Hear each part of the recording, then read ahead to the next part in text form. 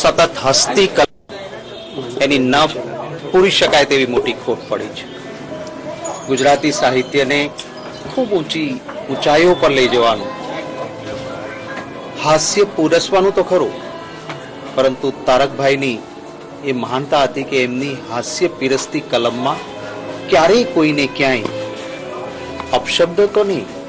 Derogatory word તો નહીં, પણ અણછાજતો શબ્દ પણ એમની કલમમાં ક્યારેય જોવા ન મળે. એક પત્રકાર તરીકે, એક સાહિત્યકાર તરીકે,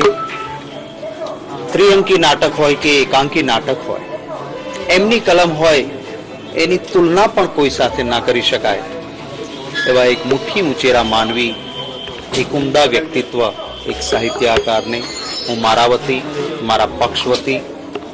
શ્રદ્ધા સુમન અર્પણ કરું છું. એમના પરિવાર ઉપર જે દુઃખ આવી પડેલું છે